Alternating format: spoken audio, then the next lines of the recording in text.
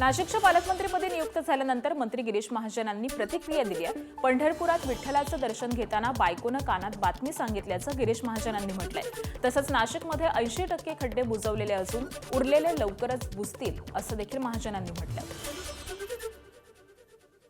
दर्शन घेतानाच मला कानामध्ये बातमी कळाली आणि ती माझ्या बायकोने सांगितली, मोबाईल असताना तुम्ही पालकमंत्री झाले म्हणून त्याला पाठवण्याच पाऊल असं मी म्हणेल, पण चांगलं झालं। म्हणजे माझा काही फार कुंभमेळ्यामध्ये मी होतो, मी वारंवार सांगितलं होतं जेव्हा वेळ तेव्हा होईल, इकडे आंदोलन केलं नाही, आग्रह केला नाही, पण पक्षाने माननीय मुख्यमंत्री महोदयांनी त्याची दखल घेतली, त्याबद्दल खूप खूप आभार।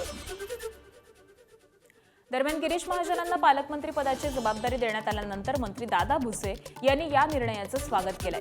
पालकमंत्री निवडीचे सर्वाधिकार मुख्यमंत्र्यांना असतात आणि नाशिकच्या जबाबदारीसाठी गिरीश महाजन योग्य असल्याचं भुसे म्हणाले। नाशिकच्या पालकमंत्री पदावर माननीय नामदार गिरीश भाऊ महाजन यांची घोषणा त्या ठिकाणी झालेली आहे। गिरीश भाऊंचं मी आपल्या मालेगावच्या नाशिकच्या नागरिकांच्या वतीने अभिनंदन करतो, त्यांना शुभेच्छा देतो। येणाऱ्या काळामध्ये नाशिकचा सर्वांगीण विकास यासाठी आम्ही सर्वजण मिळून त्या ठिकाणी काम करू। नाशिकचे पालकमंत्री म्हणून गिरीश महाजन यांच्या नियुक्तीवरती खासदार राजाभाऊ वाजे यांनी प्रतिक्रिया दिली आहे। नव्या पालकमंत्र्यांनी सर्वसामान्य लोकांचा विचार करून काम करावं असा सल्ला राजाभाऊंनी दिला।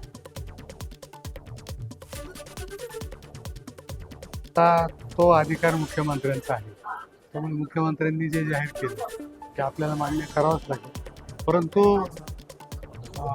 मला माझी एकच अपेक्षा आहे की सर्वसामान्य लोकांचा विचार करून काम व्हावं, एवढीच माझी अपेक्षा। त्यांनी कोणत्या विषय कसा घ्यायचा आहे हे त्यांनी ठरवायचं आहे, त्याच्यात आमचा काही हस्तक्षेप असायचं काही कारण नाही।